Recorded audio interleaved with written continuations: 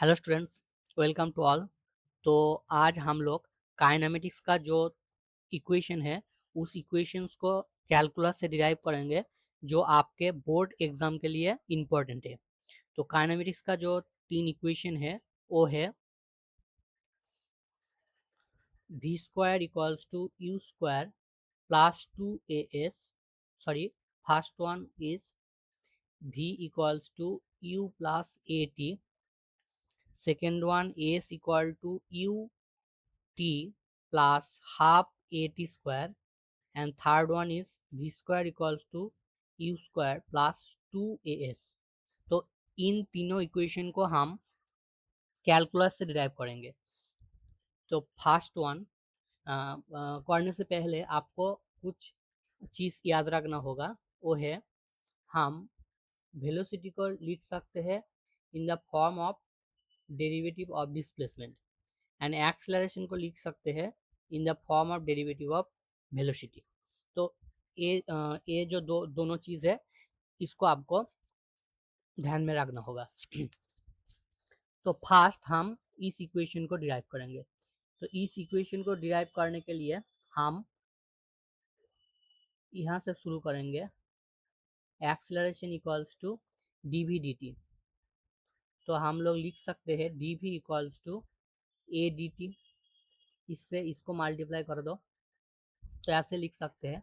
आप both side integration कर दो। तो यहाँ पर इंटीग्रेशन दे दिया, यहाँ पर भी इंटीग्रेशन दे दिया। जब टाइम 0 था तब हमारा इनिशियल जो स्पीड था वो u था। आफ्टर टाइम t हमारा जो स्पीड है वो v हो गया। तो इससे हमको इंटीग्रेशन करने पर निकल कर आएगा v।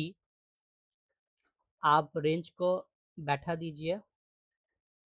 तो और इस साइड को इंटीग्रेशन करने से निकल कर आएगा 80। आप रेंज को बैठा दीजिए। तो हम लोग लिख सकते हैं v minus U equals to 80। यहाँ पर एक बार इस अपर रेंज को बैठाओ और एक बार इस लोअर रेंज को बैठाओ। तो फाइनली हमारे निकल कर आएगा ए वाला। तो इससे हम लिख सकते हैं v equals to U plus 80। तो first one is derived v equals to U plus 80। अब हम सेकेंड वन को डिराइव करेंगे।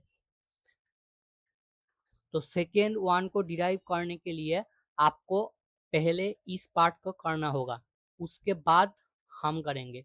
आप डायरेक्ट इस इक्वेशन को लिख कर डिराइव नहीं कर सकते हैं, बिकॉज आपको क्वेश्चन में जो बोला होगा वो होगा यूजिंग कैलकुलस। सो आपको यहाँ से यहाँ करना होगा फर्स्ट, उसके बाद करना होगा। तो v को हम लिख सकते हैं in the form of derivative of displacement u plus 80। So dt को इस साइड मल्टीप्लाई कर दो।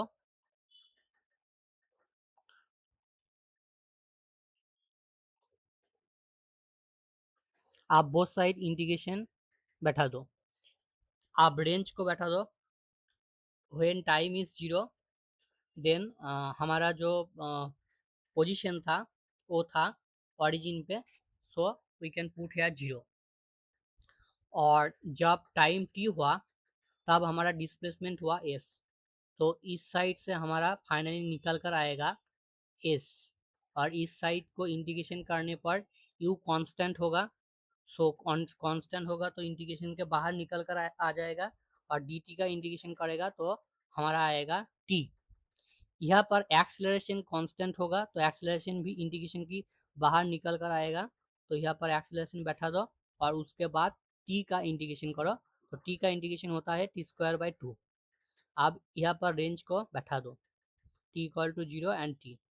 तो जब हम यहाँ पर 0 और यहाँ पर 0 बैठाएंगे तो ये टोटल टर्म 0 हो जाएगा।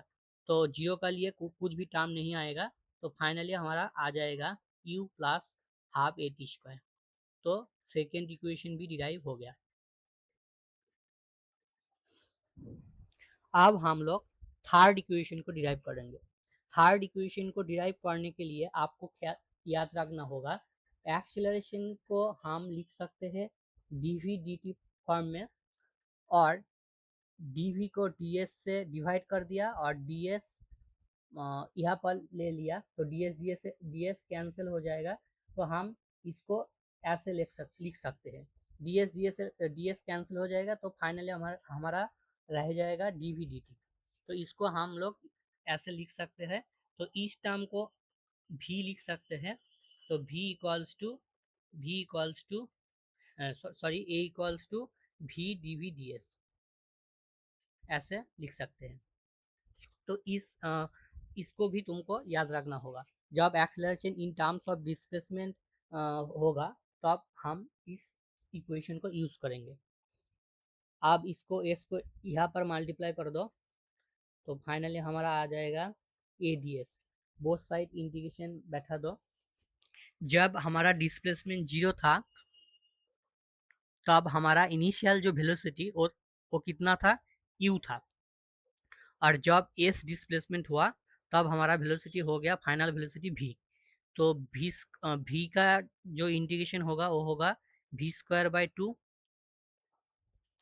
और इस side a is constant, so a बाहर निकल कर आ जाएगा तो फाइनली हमारा बैठ जाएगा as। तो इसको आप रेंज को बैठा दो तो v² - u²/2 equals to as। तो इससे निकल कर आ जाएगा v² equals to u² + 2as। तो 3 नंबर इक्वेशन को भी हम लोग डिराइव कर चुके हैं। तो ऐसे आपको ये जो 3 इक्वेशन है ये 3 इक्वेशन डिराइव करना होगा।